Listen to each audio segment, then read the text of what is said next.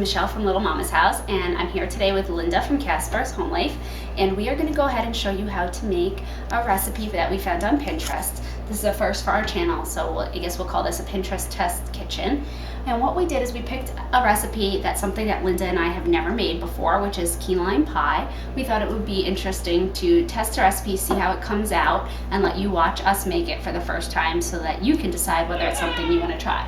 So what I have here is I've gone ahead and I've pinned my recipe, and I will reference that down below so that if you want to try this recipe at home, you can do that too. And I've gone ahead and gathered our supplies. The recipe calls for 3/4 of a cup of lime juice, preferably key lime juice if you have access to it. We up in Massachusetts do not. So we're going to use regular limes today. 3/4 of a cup of the juice, and then we need 4 limes for their zest. So we've got our limes here. We have a pie dish, a juicer, a zester. The recipe also calls for 2 cans, each 14 ounces of sweetened condensed milk. We have heavy whipping cream. The recipe calls for 1 cup. Sour cream, recipe calls for 1/2 cup. We need graham crackers, which we're going to use to make a graham cracker crust. Powdered sugar, granulated sugar, and some vanilla extract. Butter, and then we have our stand mixer to whip up the filling, and I have a food processor to help us crumble up the crumbs for the crust. So we're going to go ahead and get things started and follow along. Okay, so I've gone ahead and ground up our graham crackers. We have 1.5 cups of ground up graham cracker crumbs. I have 1/3 cup of granulated sugar, and we've gone ahead and melted 6 tablespoons of butter. And what we're going to do is just pour this all here into the food processor. Up on the lid, and I'm just going to pulse it until it comes together. And that's it for making the crust. It's really very, very simple.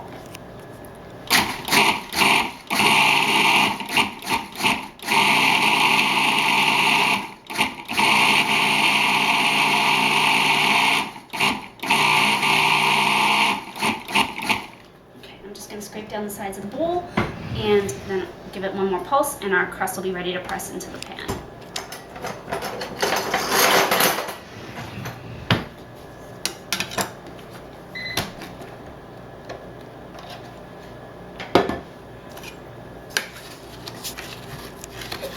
I'm going to make sure that everything is incorporated.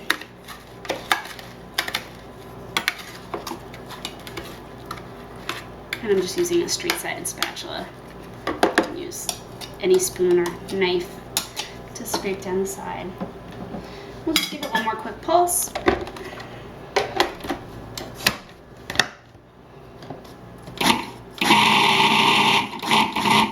Okay, so that's all ready, and what I'm going to do now is press it into the pan.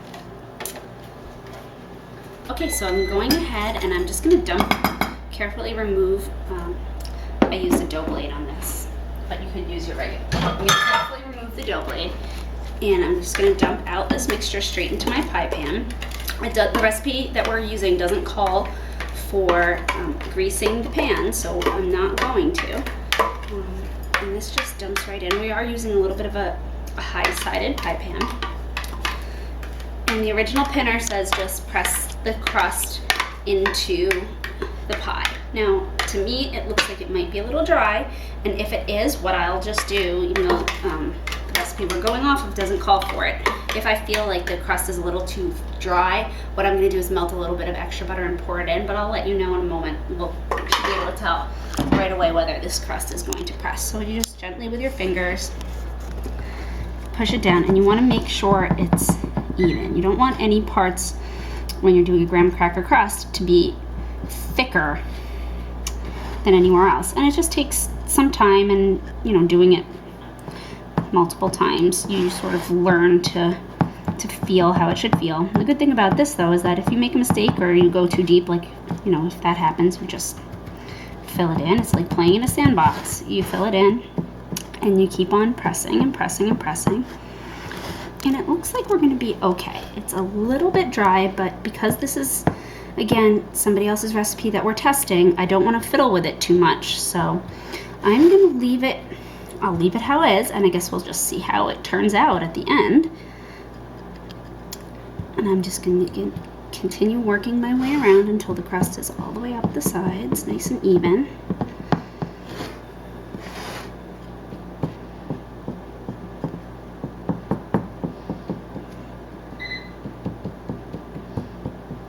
Got a couple of high spots I'm just going to work out of there. Okay, and don't worry at this point about it being perfect across the top. What you can do is after it's pressed in is just go around with your finger and sort of pinching either your back of your hand against the top with your other finger and make like a little lip, or you can just brush off the excess. It's really doesn't have to be perfect. It's a graham cracker crust. It's not like if I were to make an apple pie, I'd be really careful when I got up here to fold the edges under. There's no fancy really edge to this. You just want it to be uniform.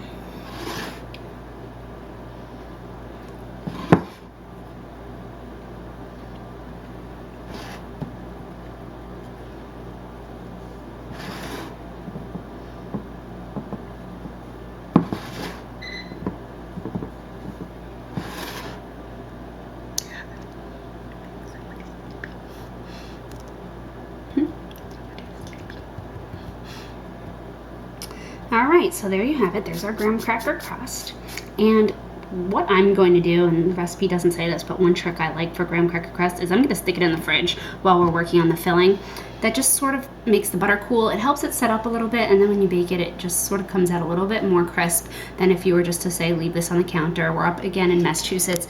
It's a really humid summer day. If we leave this on the counter while we're mixing up the filling, the humidity can get to it, and then it might not bake as nicely as if we just chill it a little bit first. So I'm gonna pop it in my fridge, and then we'll go ahead and mix up our filling. Okay, so our pie has set up in the fridge just for a couple minutes, and I just want you to see it's so much more firm now than when I first put it in. I just think it's easier to handle. You're not worried about it falling apart while you're putting it in and out of the oven because we just gave it that extra little cooling time. So that's my own tip that I'm adding to this Pinterest recipe.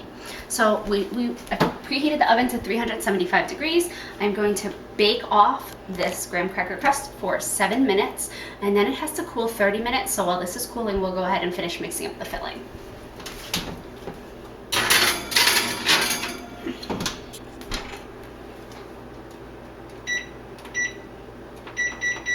Okay, so I've gone ahead and I've begun to mix up my filling, and here in my mixer I have 2 cans, 14 ounces each of sweetened condensed milk. I have half a cup of sour cream. I am zesting the final lime here, and I've started juicing the limes, and it actually turns out that in order to get a full 3/4 of a cup, although the recipe calls for the juice of it calls for 4 limes to have on hand, we've actually needed to juice 5 limes. This will be the last one, and I'll show you just quickly how we squeeze it in order to get to that amount. So it's really going to depend on your limes. It might be a good idea just to have an extra one on hand in case they're not large or they're not super juicy. When you go to make the recipe, you'd rather always end up have a little bit more than not enough. And I hear the oven going off, which means that our crust is ready to come out, and that's gonna rest while I finish working on that. Okay, so I'm going ahead, I'm just slicing this last lime. And I'm gonna go ahead and put it here in my juicer.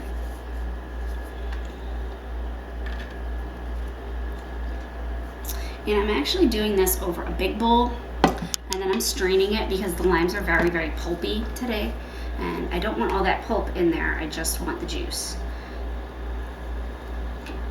So go ahead and give this a good squeeze.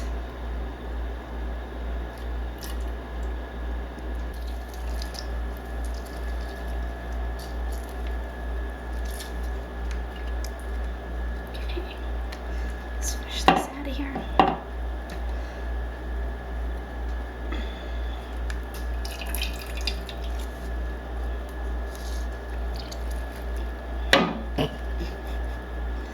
Careful over there.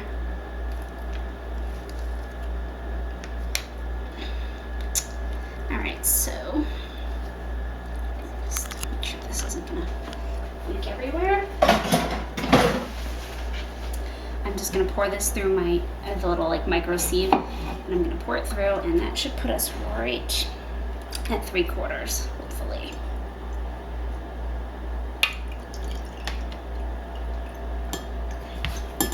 And then we have a perfect 3/4 of a cup of lime juice. And that's gonna go right in here in our mixer. And it doesn't say that we have to mix this up for very long, so it just says to stir it together. Okay, so I'm gonna go ahead and I'm gonna turn this on low and just stir this up for maybe a minute. It doesn't say, again, on the Pinterest recipe, so I'm just gonna use my own judgment from having baked pies and really just sort of stir it together and make sure there's no clumps of sour cream or bits of sweetened condensed milk that don't look thoroughly mixed in. Alright, so I just stirred it for a few seconds, and I'm going to give it the bowl a good scrape. Plenty of, oh, see, that zest is not mixed in enough, so I'm going to scrape down my spatula and give it another stir, because we don't want that. Okay,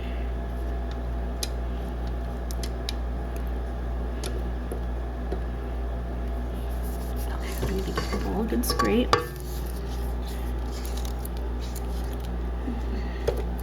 I would say that this probably should be stirred for at least a full minute. So I'm gonna go ahead and I'm gonna turn this back on until I'm happy with how it looks. Okay, so our crust has cooled completely and our filling is ready to go. We did reduce the heat on the oven to 350, so I'm just going to go ahead and fill our crust. And I'm just pouring this in, making sure that I get all of the filling all the way in up to the top.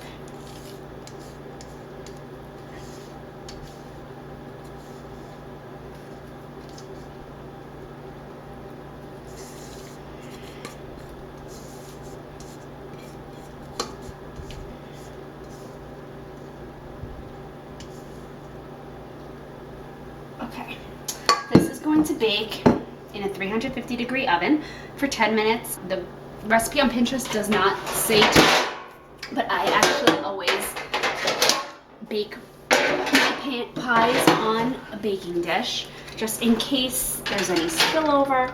There's no worry about it making a mess in my oven. So I'll go ahead and pop this into the middle of the oven for 10 minutes, and when it's all done, I'll pull it out and show you what it looks like. Okay, so our pie is all cooked. I'm gonna go ahead and pull it out, and it is set. As you can see, there's no like wiggle to the top. And the Pinterest original pinner says to let it cool briefly on the counter and then chill it for 3 hours in the oven. So that's what I'm gonna do. When it's, I'm gonna set it here and maybe just set my timer for 10 minutes and let it cool here on the counter, and then I'm gonna pop it in the fridge, and when we come back we will show you how to make whipped cream topping for it and how I pipe that onto the top of the pie. We'll cut a piece and we'll take a taste. Okay, our pie has chilled in the fridge for 3 hours, so now what we're gonna do is whip up our whipped cream topper, and I have our official whipped cream taste tester here to make sure it comes out good, and he's gonna help Mommy make this whipped cream, right? Yes. Okay, so we're going to actually make a double batch because it's never, you know, a bad thing to have extra whipped cream. So we need 2 cups of heavy whipping cream. Anthony, can you help me? Yes. Okay, come here, come pour it in. You wanted to do this. Okay, you're gonna pour it in? Okay, pour it in. What is this? This is the heavy cream to make whipped cream. 1. Can I have a taste, please? Give me a taste. It doesn't taste so good. Oops, you said something. Oh no, okay, we'll wipe it up. Okay. Can you go get me that rag and we'll wipe it up with the cloth? With a rag. Hanging right there. Which one is a rag? Which one is a rag? Can I jump? I think you should just step here. Okay. Mommy, It's not gonna taste good until we put in the sugar. Oops, more. Okay, here, look. I I know. Some I know you don't like a mess, just like Mom. Okay, so we're gonna turn on our mixer and we're actually gonna stream in 1 cup of powdered sugar. While this is mixing, I find that it tends to come out a little bit better. So I'm going to go ahead and put my beater up to high.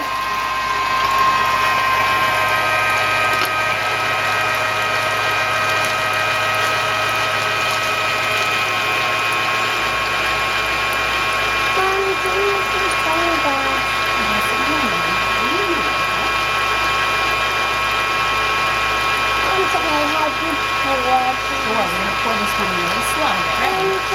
Wait a minute. Together. No, this one together, okay? Ready? This is it. Here, let me do it for a second, please.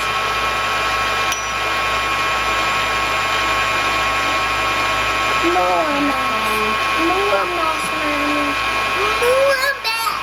So you can mess. And we're going to take this to soft peaks at this stage once the powdered sugar is in. So we're just going to let that go. Well, yeah, that's sugar. I'm sure you like it. Miss Linda, I just What a mess here. Uh-oh. Okay. I took another taste of the sugar. Miss Linda, I like the sugar. Miss Linda, I'm eating sugar. Okay, not too much.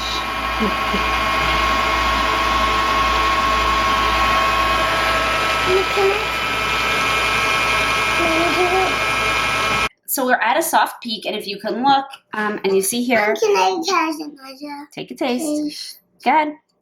As you can see, when Anthony takes a taste, we have a soft peak. You want to pour in at this point your teaspoon of vanilla. Again, we're doubling this recipe from the Pinterest recipe. So I'm going to put in the teaspoon of vanilla, and then I'm going to put the beater back Can I on. take a taste, please? That's enough, okay? Mommy has to mix it more. I'm going to put the beater back on until we get to a stiff peak.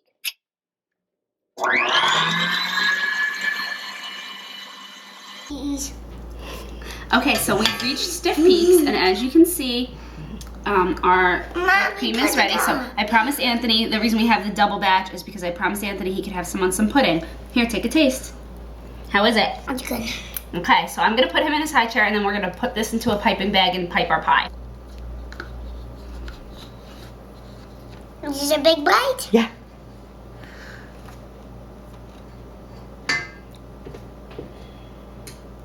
How is it?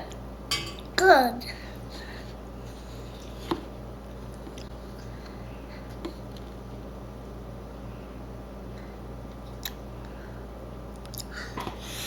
Okay, so I've gone ahead and I filled up, I cannot find my piping bags. I think we threw them out when I moved. So what I've done is I've just taken a big Ziploc freezer bag, filled it with the whipped cream, and then cut a little slit in one of the corners, squeezed all the whipped cream down to the side, and I'm gonna use this as a piping bag.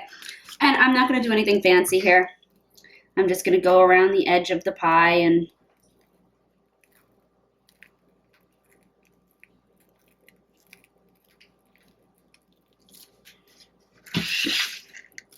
make sure that it's filled with the whipped cream. And as you can see, we have a nice stiff peak. Miss So Linda. it's holding its shape. It's not blobbing all over the pie. Hold on, buddy. Miss Linda. Okay, so I've gone ahead and I've piped just a little bit of the whipped cream, well, a lot of whipped cream, around the edge of my pie. And just so that you can see how it looks, I'm gonna cut it. I'm gonna take a taste, see how it came out. And then Linda and I are going to talk about some things we might have tried different and what we liked about the pie and what we didn't. Okay, so let's take a taste and see how it came out. As you can see, the crust, you know, one thing that I would change in the recipe, the crust did not come out of the plate cleanly, and that's because the recipe on Pinterest didn't call for any type of spray in the bottom of the pan. I would have just very, very lightly sprayed my pan So I can just. before Why are you taking pressing a my crust in. taste? But let's take a taste and see how it is.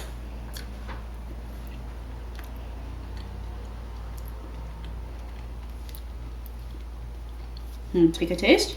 No, Okay. You want some more cream? no, thanks. Okay. It's okay.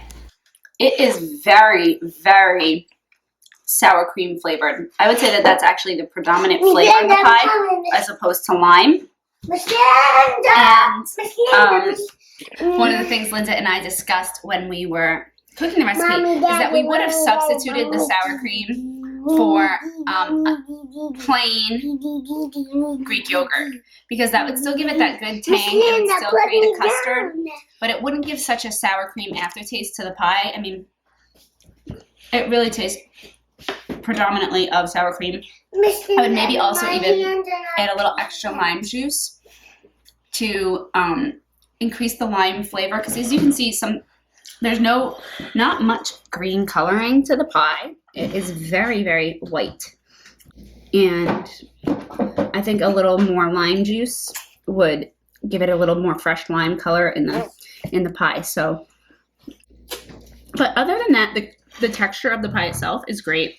The custard is creamy. It didn't, get soupy, so it's cooked properly. And the flavor of the crust is good. The flavor of the whipped cream is good. It was very, very easy recipe to make. Didn't require a lot of baking skill. It was written properly.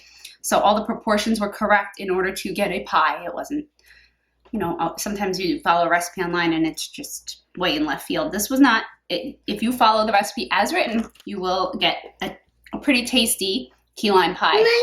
I think with just those few changes to make to it, it would just elevate it from a very good key lime pie to a great key lime pie. So I hope that this tutorial helped you. I will pin again to the original recipe, and I hope that you do try to make this at home. I'm glad I tried to make it. This is the first time I've made a key lime pie myself at home. It's a great recipe to know, to add to your repertoire, especially on a summer day like it is here, and it's really hot. We didn't want to cook something warm. It's very refreshing dinner to have, dessert to have after dinner. So I hope you enjoyed. Please subscribe and have a great day.